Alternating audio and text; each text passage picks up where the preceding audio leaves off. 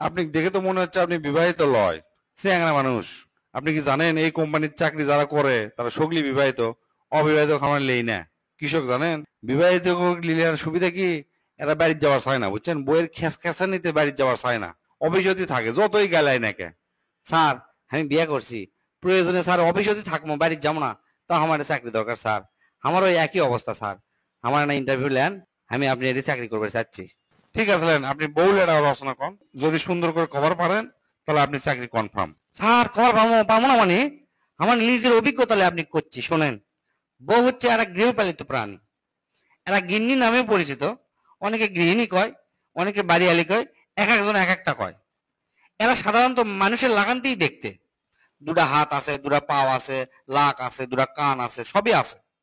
তবে জিনগত কারণে মানে এরা চাপা নামে একটা জিনিস বেশি পাচ্ছে, বুঝছেন?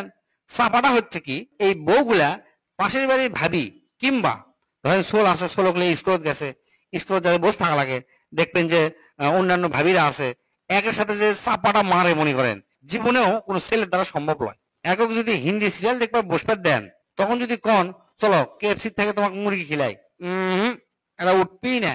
দরকার নাই মুরগি, কিন্তু হিন্দি সিরিয়াল দেখাই লাগবে। এরা স্বামীর সাথে যদি কেসাল লাগে, বুঝছেন, মানে কেসালও যদি জিতবার না পারে, জিতার আগ পর্যন্ত এরা চিল্লাতে থাকবে মনে করেন। মানে স্বামীর মান সম্মান থাক বা না থাক, বংশের মান সম্মান থাক বা না থাক, সংগ্রাম চালিয়ে যাবে মনে করেন। আবার কথায় কথায় করবে কি, বাপের বাড়ি যাওয়ার আপনি আলটিমেটাম দিবে, বুঝছেন। আর একটা বাণী চিরন্তনী তো আছেই, অকের মুখ সব সময় লাগে থাকে। সেটা হচ্ছে যে তোমার সাথে বিয়ে করে আমার জীবনটা শেষ। তুমি জানো আমার জন্য কত ডাক্তার ইঞ্জিনিয়ার লাইন ধরে আমার পিছে পিছে ঘুরছে, কিন্তু তা করে আমি পাত্তা দিইনি।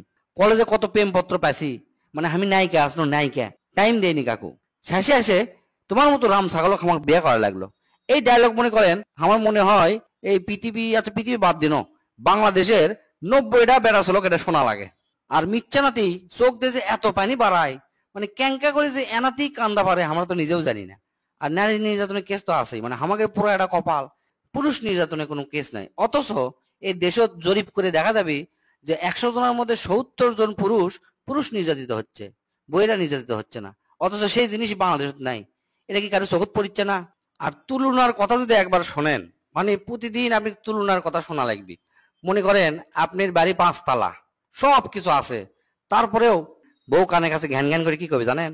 দেখছো অমুকের বাড়ি 10 তালা, অমুক BMW গাড়ি চালাচ্ছে, আর তুমি মাত্র এই টয়োটা গাড়ি চালাচ্ছ, এটা হলো? তারপরে আপনি যদি সারা বাংলাদেশ কিনে দেন, ওই 2 দিন খুশি থাকবে বাংলাদেশ নেওয়ার পর। তার 2 দিন পরে এনা মন খারাপ করে আবার আপনি কি করবে জানেন? বেশ, তুমি আমাকে বাংলাদেশ দিছ, বাংলাদেশ একটা মিথ্যানা দেশ, দেখো পাশের দেশ দেখো ভারত কত বড়, উনকে একটা দেশ দিলে আমার জন্য ভালো হলো নি। মানে জীবনেও আমাকে কোনোদিন মন ভান পারবেন না। এরই নাম হচ্ছে বউ, এটাই হচ্ছে বইয়ের রচনা। ভাই আপনি আর কি রচনা শুনালেন? আপনি রচনা শুনে তো আমার মাথায় নষ্ট হয়ে গেল। আপনি তো আমার এখনই চাকরি দিবার মন চাচ্ছে। ভাই মিথ্যা না, কষ্ট করে না বাইরে যা বসেন। আপনি অ্যাপয়েন্টমেন্ট লেটারটা লিখতে আমার যতক্ষণ দেরি, কিন্তু আপনি চাকরি হতে ততক্ষণ দেরি নাই। যান মিথ্যা না বসেন ভাই, আমি লিখে আপনি চাকরিটা দিচ্ছি, আপনি অ্যাপয়েন্টমেন্ট লেটার নিয়ে বাড়ি যাবেন, ঠিক আছে?